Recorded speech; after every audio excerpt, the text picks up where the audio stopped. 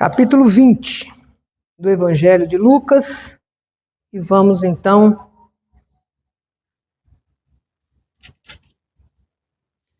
a partir do versículo, Eliane, do versículo 27, né? Isso aí. Lucas, capítulo 20, versos 27 até o 40. Convido a comunidade, se for possível, se colocar de pé para a leitura do Evangelho. Diz assim o Evangelho: alguns saduceus, os quais afirmam que ninguém ressuscita, chegaram perto de Jesus e disseram: Mestre, Moisés escreveu para nós a seguinte lei: se um homem morrer e deixar a esposa sem filhos, o irmão dele deve casar com a viúva para terem filhos que serão considerados filhos do irmão que morreu. Acontece que havia 7 irmãos. O mais velho casou e morreu sem deixar filhos. Então, o segundo casou com a viúva, e depois o terceiro. E assim, a mesma coisa aconteceu com os 7 irmãos. Isto é, todos morreram sem deixar filhos. Depois, a mulher também morreu.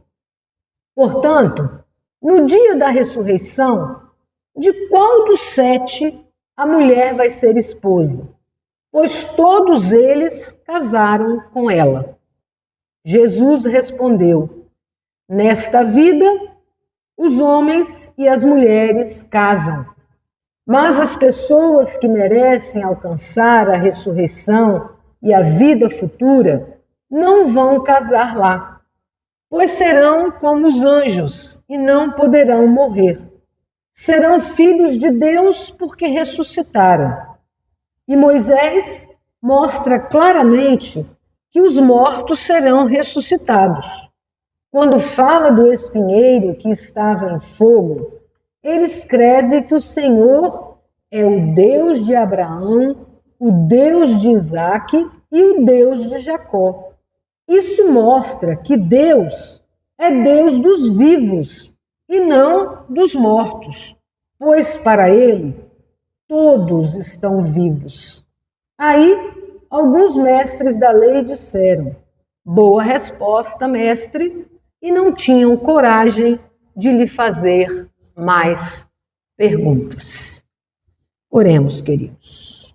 Gracioso Deus, a tua palavra foi lida, que ela encontre guarida em nossos corações, segundo a tua vontade e segundo aquilo que tu queres que ouçamos, que guardemos e que entendamos da tua palavra.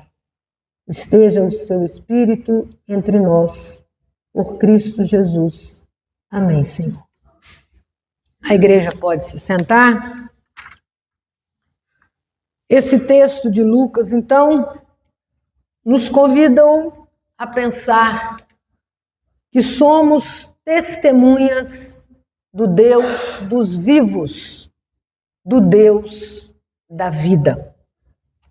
O evangelho proposto para este 32º domingo do tempo comum retrata um momento quando Jesus é desafiado pelos saduceus, querendo confrontá-lo a respeito da ressurreição. Intencionava isso os saduceus porque não criam na ressurreição. Não criam e não crer na ressurreição era uma característica dos saduceus. Se pudéssemos classificar quem eram os saduceus, eram as lideranças que não criam na ressurreição. Por isso, então, interpelaram Jesus a respeito disso, claramente com o objetivo de pegar Jesus em alguma contradição. Os saduceus, portanto, não acreditavam na ressurreição. E, coincidentemente, eram ricos poderosos, pertenciam à elite religiosa da época. Portanto, não acreditando na ressurreição, não teria então nenhum tipo de compromisso com Deus a ser atestado, seja nesta vida, seja na vida futura. E o que era mais ainda, se podíamos chamar de complicado, mas também favorável, não acreditar na ressurreição dava a eles um sentimento de que eram justos. Afinal, eram ricos, eram poderosos, pertenciam à elite, ou seja, já ganharam o seu galardão. Então, coisas que coincidiam para eles. E, portanto, falar de uma vida após a morte significava para eles, os saduceus, perder a segurança que haviam conquistado com as próprias mãos, segurança essa para eles representado na riqueza e no poder. Querendo colocar Jesus em situação constrangedora, eles lançam mão da lei do levirato, que era a lei que dizia que se um homem morrer, deixar uma esposa sem filhos, cabia então ao irmão do falecido casar-se com a esposa e, gerando filhos, seria este filho também filho do irmão. Assim dizia a lei do levirato. E é com esta lei que os saduceus vão interpelar Jesus. Só que vão de uma forma irônica, dizendo assim: se a ressurreição existe, então como ficaria o caso dessa mulher que numa família de 7 irmãos, ela se casa com o irmão mais velho, esse irmão morre, pela lei então, outro irmão se casaria com a viúva, mas esse irmão também morre, e aí isso acontece com o terceiro irmão, com o quarto, com o quinto, com o sexto, com o sétimo, e depois a própria mulher também vem a falecer. E aí, Jesus? Depois? E depois da ressurreição? Quem será o marido desta mulher? Esse foi o pano de fundo da conversa. A situação posta, então, pelos saduceus. Quem, então, seria, no dia da ressurreição, de qual dos 7 a mulher vai ser esposa? Jesus, então, com toda a sabedoria divina, afirma que ressurreição é obra de Deus e extrapola as categorias humanas. Portanto, o exemplo do casamento para contestar a ressurreição não tem a sua lógica, porque pertenceria à lógica da categoria humana. E Jesus vai começar a conversar dizendo que ressurreição não está dentro dessas categorias. Portanto, essa pergunta feita não tem lógica para Jesus, e muito menos falar de morte. Quando essa mulher morreram os 7 irmãos, no dia da ressurreição, como é que vai ser? É querer falar de ressurreição com categorias humanas e, mais do que isso, falar de ressurreição querendo falar de morte. Jesus aí, como sempre, com aquela paciência dele, ele vai explicar aos saduceus e, na sua explicação, ele conclui com a seguinte afirmativa: Deus é Deus dos vivos e não dos mortos, pois para ele todos estão vivos. E aí é que começou a dar um nó na cabeça dos saduceus e talvez na nossa cabeça também, né? Começa a dar nó. E para fundamentar isso, como é que Jesus vai fundamentar isso? Que Deus é Deus dos vivos. O nosso Deus é o Deus da vida. Não vem querer falar de morte. Não vem querer falar de padrões deste nosso viver. Porque ressurreição, gente, é muito mais do que isso. Não dá para ficar querendo discutir ressurreição com coisas que são nossas. É outra dimensão. Mas Jesus vai fundamentar. E como é que Jesus vai fundamentar? Para fundamentar este dito, Deus é Deus dos vivos e não dos mortos, Jesus vai lançar mão da mesma estratégia dos saduceus. Os saduceus, então, foram a Jesus apresentando Moisés e uma lei que Moisés tinha deixado como ensinamento. Jesus, da mesma forma, resgata Moisés. E como é que Jesus faz o resgate? Da mesma forma que os saduceus, ao perguntar, fizeram menção a Moisés, Jesus responde utilizando um texto do próprio Moisés, resgatando o episódio da sarça ardente, que nós lemos ainda há pouco na nossa liturgia. Resgatando o episódio da sarça ardente, onde, séculos depois da morte dos patriarcas, esse encontro de Moisés com Jesus, séculos depois da morte dos patriarcas, Deus se apresenta a Moisés no presente. Eu sou o Deus de Abraão, o Deus de Isaque, o Deus de Jacó, deixando claro que se Abraão, Isaque e Jacó estivessem mortos, e com o mesmo conceito de morte que nós temos, morreu, acabou, no sentido, quem não crê na ressurreição, se nesse contexto, né, deixando claro que se Abraão, Isaque e Jacó estivessem mortos, aniquilados, sem significado algum, Deus não diria, eu sou o Deus de Abraão, de Isaque, de Jacó. Ele diria, eu fui o Deus de Abraão, de Isaque e de Jacó, num tempo que hoje não tem mais significado.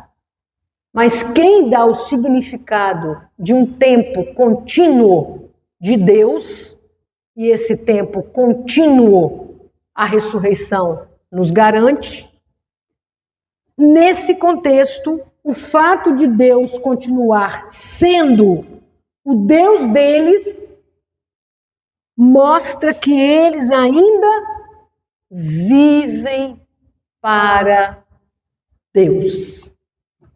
Eles ainda vivem para Deus, ou seja, a vida não acaba com a morte.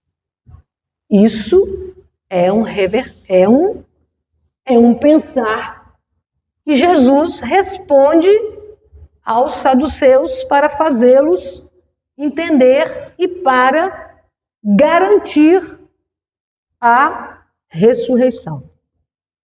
Portanto, eles ainda vivem para Deus, ou seja, a vida não acaba com a morte. Deus é o Deus dos vivos e não dos mortos, pois para Ele todos estão vivos. A vida não acaba com a morte. A vida é dom, é de Deus e nunca acaba. Essa boa notícia de que Deus não é Deus dos mortos, mas dos vivos, é uma afirmação da nossa fé, que precisa estar presente no nosso dia a dia, pois a ressurreição é a esperança que dá sentido à nossa caminhada como cristãs e cristãos. Cristo ressuscitou. E quem se identifica com Ele, quem vive em comunhão com o seu amor, nasce com Ele para uma vida nova e definitiva que se cultiva todos os dias da nossa existência. O batismo nos insere nessa vida de comunhão com Cristo, que nós cultivamos todos os dias. E por isso a ressurreição não é apenas uma promessa distante, algo que esperamos para um futuro desconhecido. A ressurreição é uma realidade que começa a transformar nossa vida no presente, aqui, agora.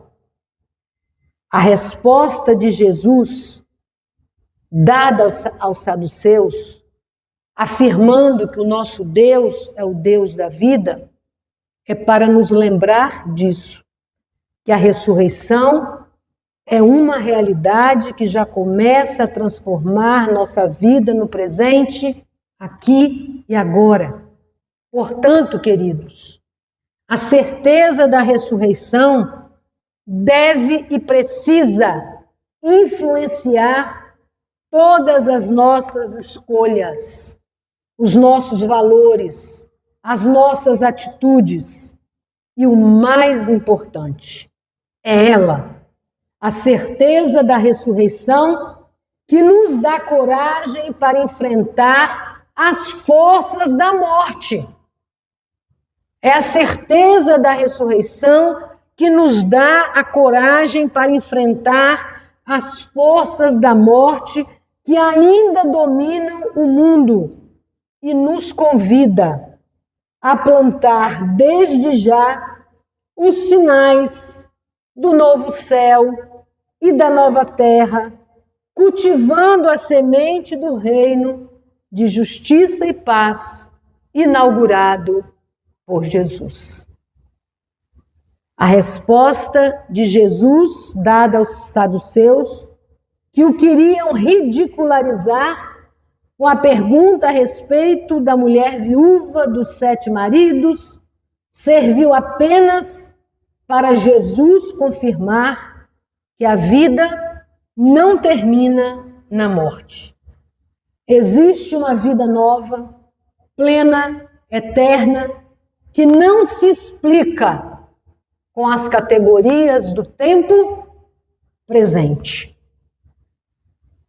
Não sabemos como será, mas cremos que continuaremos a viver porque Deus é o Deus dos vivos e todos os que estão nele vivem para sempre.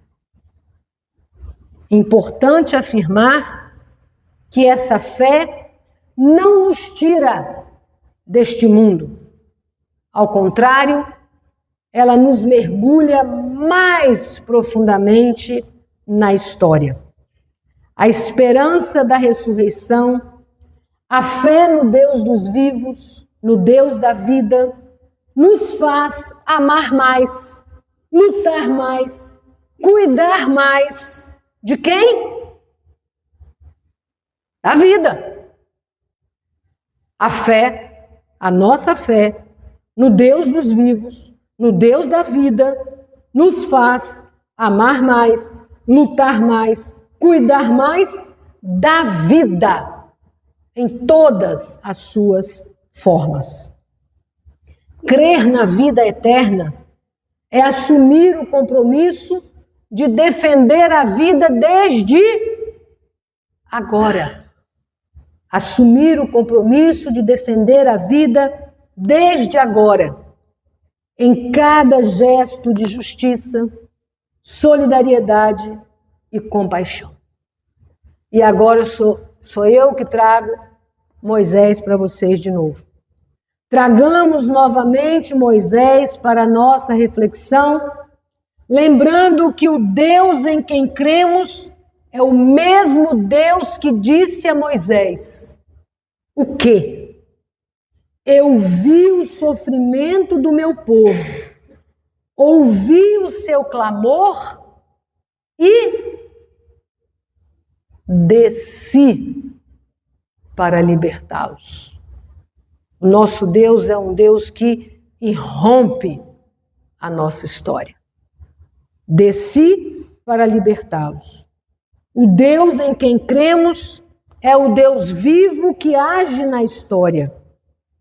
O Deus que se levanta contra opressão e morte. A manifestação de Deus a Moisés foi um momento terrível. E Deus diz: eu ouvi o clamor do meu povo. Portanto, um Deus vivo que age na história e que se levanta contra a opressão e a morte.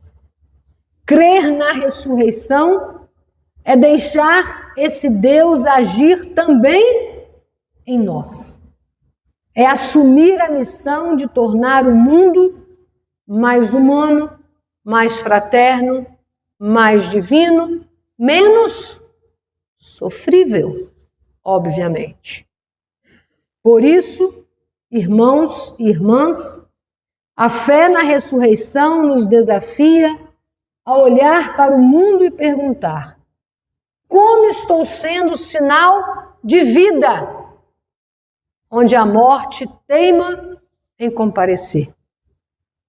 Como estou sendo testemunha do Deus dos vivos, nas relações, no trabalho, na comunidade, na sociedade? Jesus, proclamador, testemunha e revelação do Deus dos vivos, também agiu profeticamente em favor do seu povo.